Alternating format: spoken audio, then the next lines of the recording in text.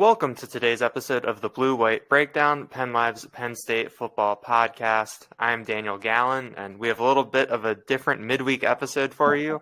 Bob Flounders is off this week, so I'm joined by Joe Hermitt, our longtime PennLive Patriot News photographer, who's I think just about seen it all and captured it all during his time on the Penn State beat. Joe, how are you doing today? Doing all right, Daniel. This is the true definition of the B team, but we'll struggle through it. It's a big day for your Blue White Breakdown debut. Right. It's probably overdue. We'll see about that. Oh man! Before we go any further, just a reminder: you can get the Blue White Breakdown anywhere you get your podcasts: Apple, Google, Amazon, Spotify, Stitcher, Overcast, etc.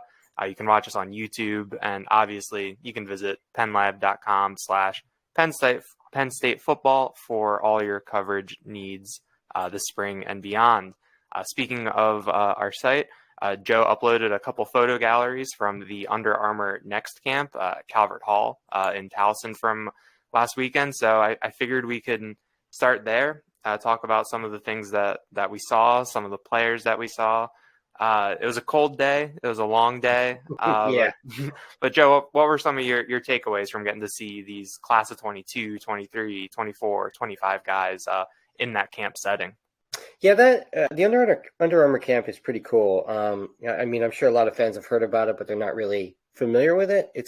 I know I wasn't really how it worked, but it's kind of like a mini NFL combine kind of thing. You know, they measure them, height, weight, reach, 40-yard dash, 3-cone drills, all this kind of stuff. And then they break off into their individual workouts depending on their positions. So you kind of get a chance to see, although there is so much going on, it's hard to follow one guy in particular because there's like 200 athletes there, but you kind of get a chance to see these guys running through different agility courses and go one-on-one against some of the other top guys, prospects, on the other side of the ball.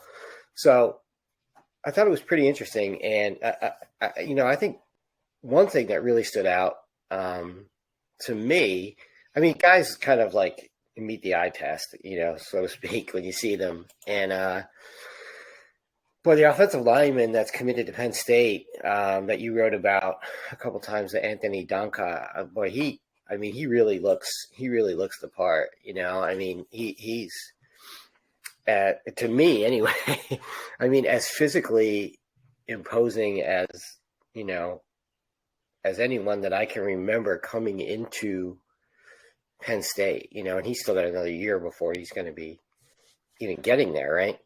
Mm-hmm. I mean, he looks the part now. He looks to me like he could actually play. He probably looks more the part than some of the guys that they've had there the last few years, unfortunately. I don't know. What'd you think? What'd you think about him? Yeah, I think the one thing that stood out to me a lot was when they were lined up for the one-on-ones where they had the 5 offensive linemen across, and he was bigger than a lot of the guys that he was lined up next to, bigger than a lot of the guys that were lined up across from him on the defensive line. He had a good quote when I was talking to him where he said that he was glad that he got beat a couple times. He was going up against Mason Robinson from McDonough, who is another highly rated Penn State target in the class of 2023.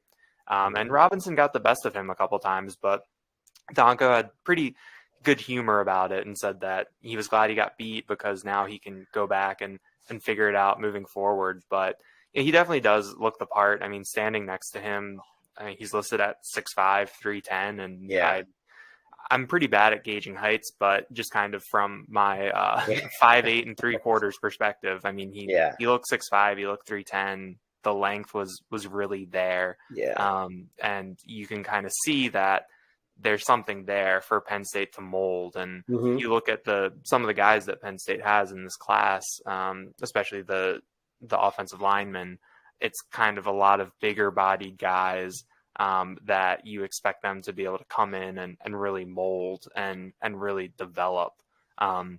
once they get on campus. So it'll be interesting, and I think Anthony Donko has a good base for when Yeah. he ultimately arrives here.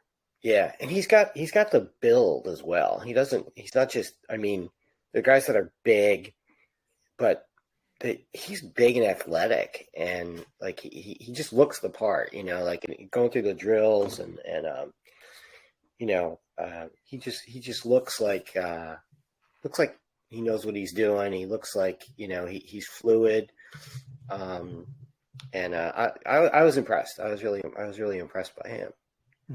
Yeah, I would be very curious as to what his measurements were. Kind of like what you talked about with the setup of the camp. I thought it was interesting because obviously everyone has seen kind of the combine drills. Like everyone has seen someone run a 40, everyone's seen someone run a 3-cone.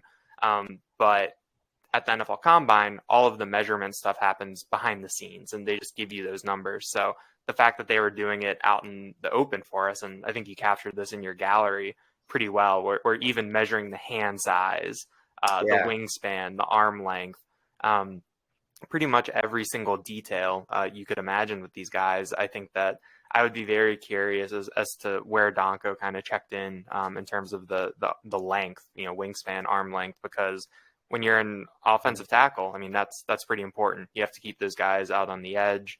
You're going to be going up against a lot of guys that have a lot of length and athleticism. Mm-hmm. And so I thought that was pretty interesting too. And, who knows if we'll ever get those numbers, but it was, I was very curious as to that. And in terms of passing the eye test, I mean, the arms, that's a good place to start.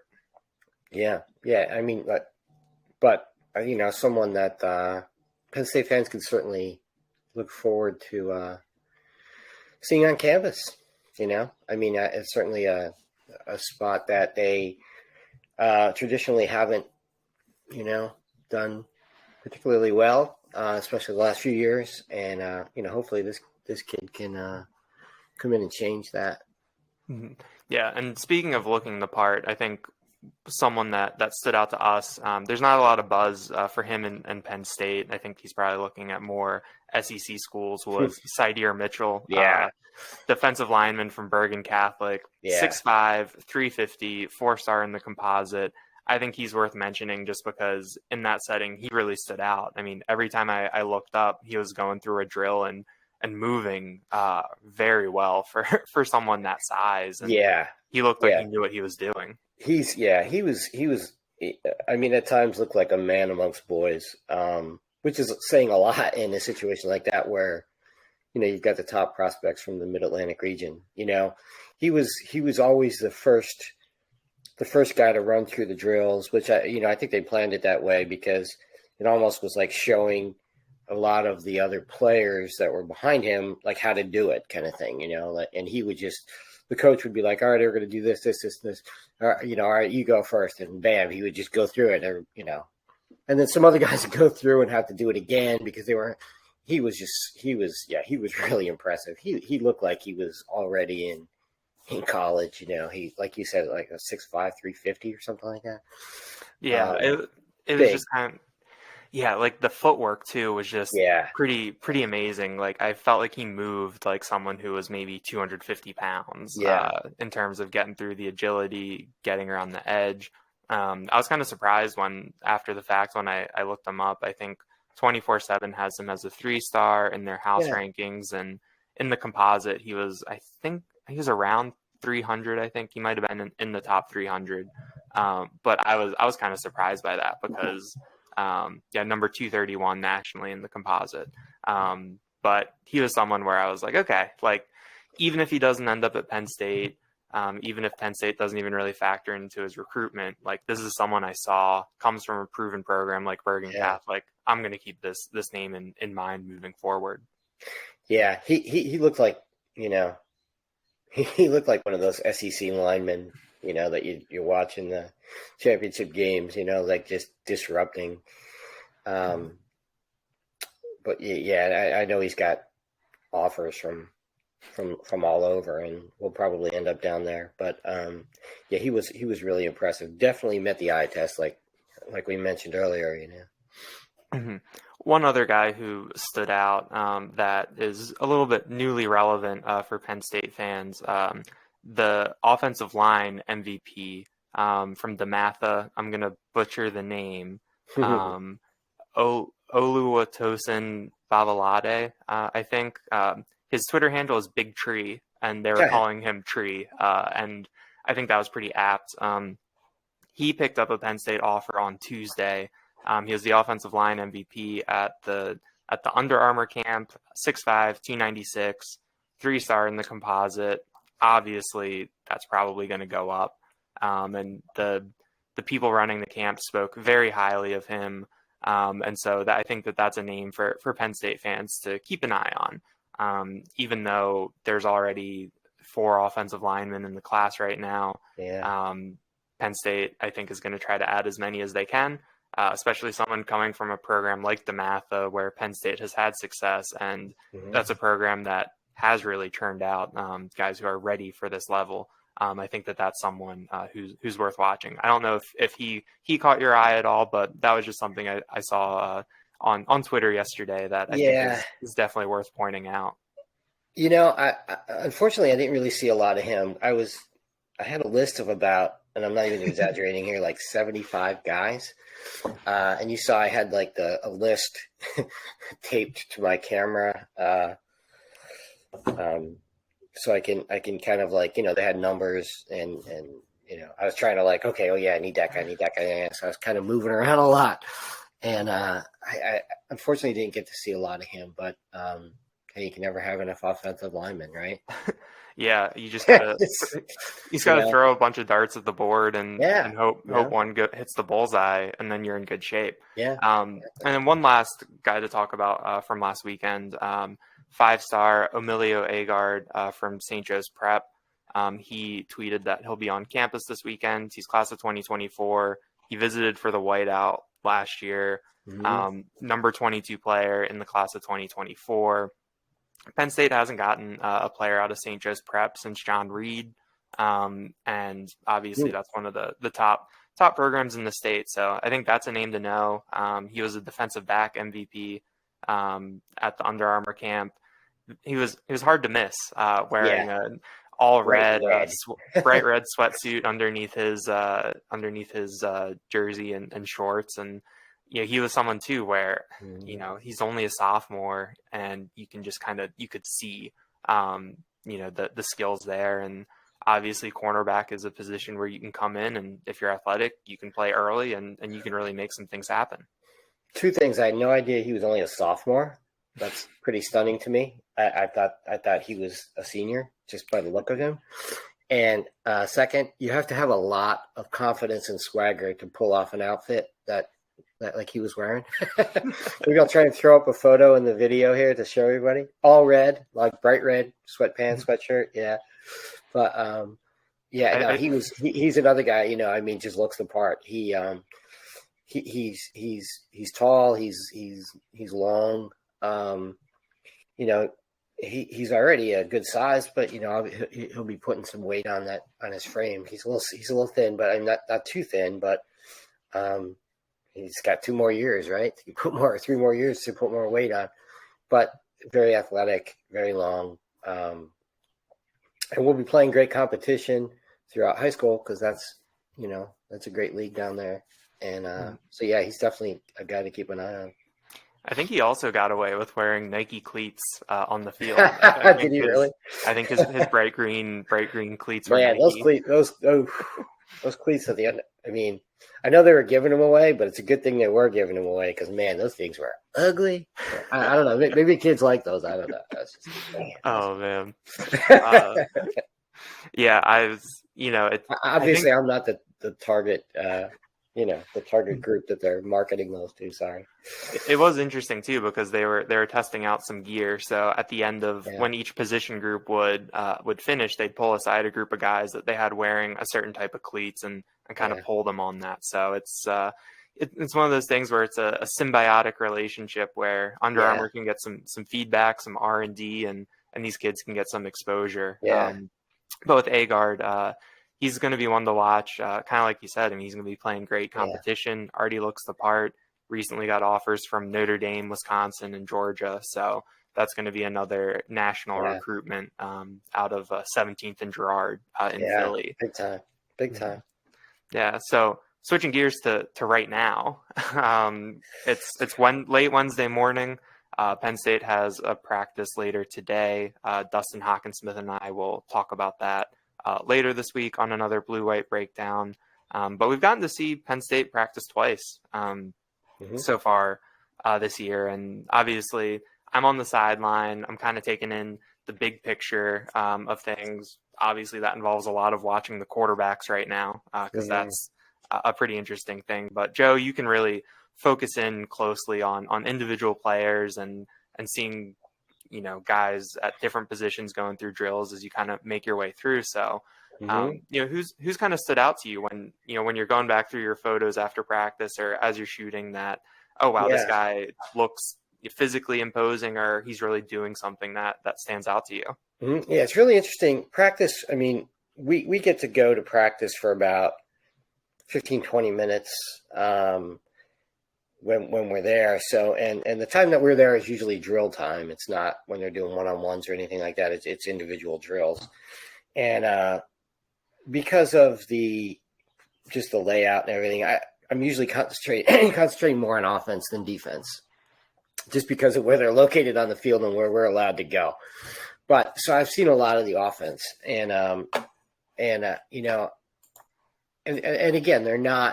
it's not live action. They're not going, one-on-one with anyone, but I was really impressed by, a couple of the incoming freshmen, Caden Saunders and Amari Evans. I mean, those guys just look so athletic and so fluid. Again, I hate to say it again because we've said this several times today, but they just look the part. Certain guys just carry a kind of confidence and swagger. I mean, and not cockiness or anything. I mean, just the way they carry themselves, you can see that they're confident, and I think that has a lot to do with it, especially when you're an incoming freshman at a program like Penn State, playing a position like wide receiver. Those guys just really have stood out to me with their athleticism. And, I've been trying, and a guy who's already been there, Malik Mega, I think he looks really good too. I think he's a guy that could have a breakout season. He showed flashes last year, but he's just got all the intangibles, the size, the speed, the hands, and again, I think just watching him, he just feels like he's ready to take that next step. It was really interesting last week when we were in there for the special teams drills, the punt coverage where they had Mega lined up as a gunner on the outside, and 6'4", 200 with that speed going down the field. I think that was kind of an opportunity for him just to show off that speed, show off kind of those raw tools, and that was pretty impressive to me. Omari Evans is a really interesting case this year. Obviously, Caden Saunders was the first commit in the class. He's a 4-star, top 100 recruit. I think the expectation is that he can come in and he can contribute early and make some things happen with the ball in his hands. But Evans is from Texas. He committed before the Indiana game in October. He's a burner. He's got 4.3 speed, but he was a high school quarterback for a run-heavy program. So he is kind of an interesting kind of learning curve, I guess. And I think he's someone who came up and worked out for the Penn State staff, and that's kind of what helped him get this offer and helped him end up here at campus. And I think that it'll be really interesting to see just with that kind of pure speed, if that can get him onto the field, because Penn State didn't really have that last year. Obviously, Dotson and Keandre Lambert-Smith both have some good straight line speed, but Dotson, you needed him to do kind of everything in the offense, and Lambert-Smith is kind of taking those slow steps forward in his development. But if Evans can find his way onto the field just on the outside, someone who can come in, take the top off the defense, open it up for Saunders, for Parker Washington, who I think will have a big year, and the tight ends. I think that could be a really interesting dynamic that Penn State hasn't really had since KJ Hamler. Yeah, and I mean, he could be a guy that could be used on special teams too, punt returning. Mm-hmm. That speed and the moves. I mean, it could be. Oftentimes you'll see a young guy like that break in, go on that route through special teams, and kind of a good way to get their feet wet and get on the field. And so it really, those guys just really look good. They look. I've been trying to the running backs. We just haven't really seen a lot of.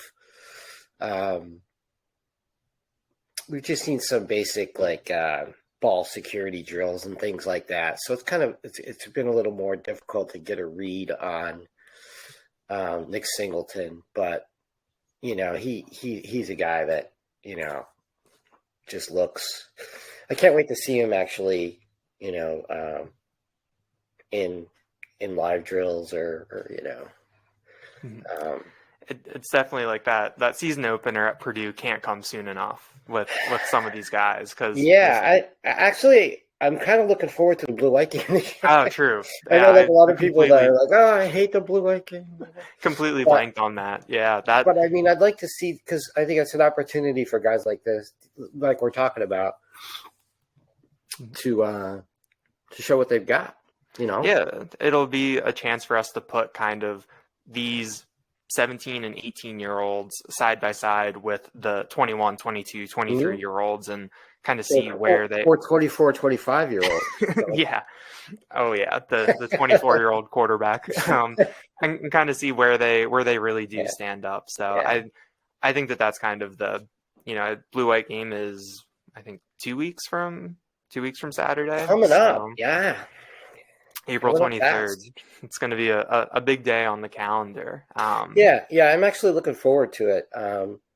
Just to see, like I said, to see these guys. Usually it's kind of like, but now that you have more influx of these early enrollees, like the blue-white game used to be like,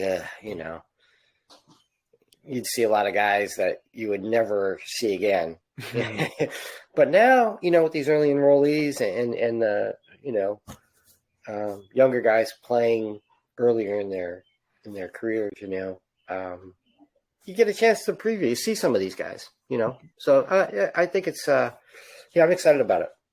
And I think that James Franklin and Penn State kind of know and use this as a real opportunity to kind of introduce these guys. The fact to put them out there and I know. Like last year, we didn't have a traditional blue-white game. Mm-hmm. We had more open. It was like an open practice, 2 open practices at Beaver Stadium. But they played situational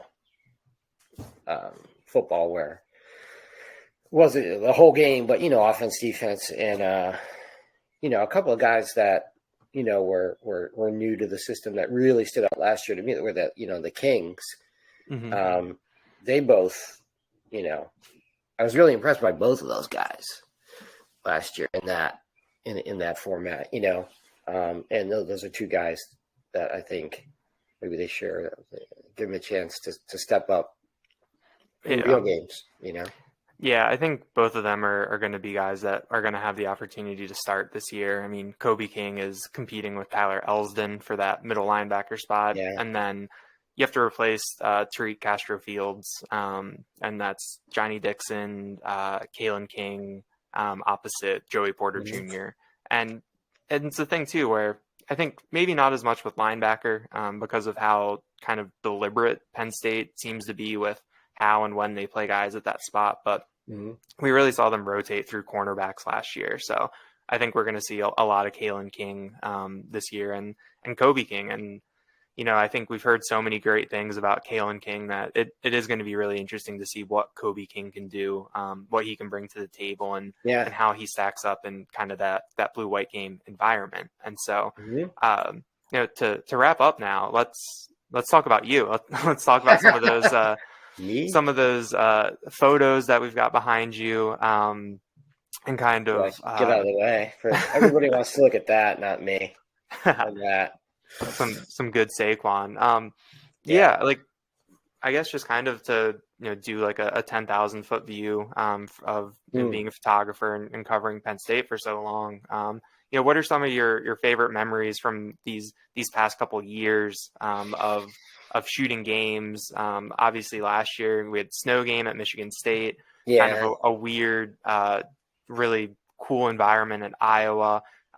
What's kind of stood out to you over these past couple of years of shooting Penn State and kind of getting to see some of these players come through? Yeah, we've gotten through. I mean, the last 2 years have just been really strange. We went from, the COVID year where, we were in empty stadiums in the stands, which was just the most bizarre thing, especially being I remember, going out to Michigan and being in the big house in the stands, just a handful of photographers and some family members. It was eerie. And the same thing with Beaver Stadium. I remember the Ohio State game, which was supposed to be the whiteout. It was just so surreal, And then, I mean, I thought one of the highlights, one of the more enjoyable games that I can remember in a long time was the Auburn game. Mm-hmm. Because it was kind of like the return of the whiteout and the big crowd and I mean, that wasn't the first home game, but it was the first big home game and the first whiteout, and it was just a really good game between two really good teams and in prime time, and it was just it just felt kind of like we were back, Mm-hmm. So that was a lot of fun. The Iowa game you mentioned was, but I have mixed emotions about that. It was I've always liked going to Iowa, and I've always told people that. I always felt it was the most underrated place in the Big Ten. The stadium, it's a cool old stadium where, was that the first time you've been at Kinnick? That was the second time. I'd been there in 2015 for a Maryland game. Yeah, I mean, it's just really, it's old, and it's kind of was built before the current building codes where, everybody's kind of right on top of you now. And you walk behind the bench and the fans are right here, so you're squeezing behind the bench, walking sideways. But there's a couple events at Iowa kind of turned a lot of Penn State fans against Iowa. So, I mean, I don't really tell people that they should go to Iowa anymore. We all remember that. And plus I ended up getting COVID at Iowa, which was, I guess it was very opportune in the sense that there was a bye week the following week. So I didn't miss any games, but I was sick as a dog for about 10 days. Because they had us crowded. There was about 50 photographers in the photo room, probably built for 30. And so that, and then I figured I was coming back and I was like, I feel pretty good. I can shoot the next game. And, it's only Illinois. It's not going to be a tough game. I mean, even if I'm not feeling 100% energy wise, I could, fudge it through Illinois, right? Well, 9 overtimes later, back and forth between every possession. It was an adventure, to say the least. I remember you telling me about I missed the Iowa game, but the back and forth because it's not like the old overtime where you have some time to sit. It's just like that, which I don't think is something that people really thought about before we had a 9 overtime game as another dimension to things. Literally running because there are no TV timeouts or anything, so you're running from one end to the other. And they're trying to catch your breath, and then they're starting to play, and you're like, okay. And then neither team scores, and you have to run all the way back to the other and do it all over again, 7 times, I guess it was, because the first 2, I guess, were the more traditional ones. I can't even remember, honestly. Yeah, that was a bit rough. But I think, even though Penn State lost the Michigan State game, it's still going to be, I think, one of those games that's memorable to fans. There's my puppy barking. Just because, that's the first. I've been doing this since 2000 with Penn State, so 22 years. That's the first like snowstorm blizzard game that we've had in all that time. You would expect that. We've had flurries and things like that in the past, but nothing like that before. Mm-hmm. So that was a really unique situation, and it was a lot of fun. I mean, I had a blast. I mean, it's a challenge to stay dry. I mean, keep your equipment dry mainly. I mean, I don't really mind if I get wet, but the equipment's the thing. But if you're prepared for it, it was just fun. It was just a different environment, and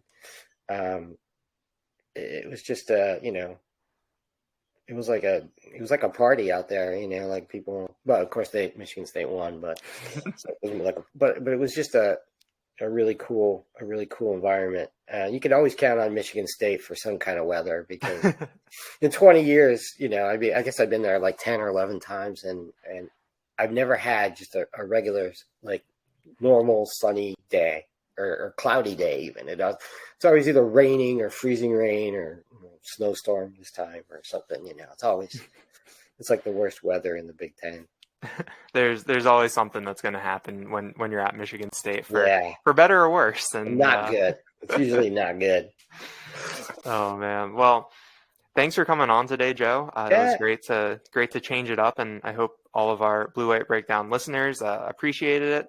You can follow along with Joe's Penn State coverage on Twitter. He's at Joe Hermitt. Check Penn State or PennLive.com/Penn State football for all his photo galleries. Obviously, you can follow me at Daniel JT Gallen.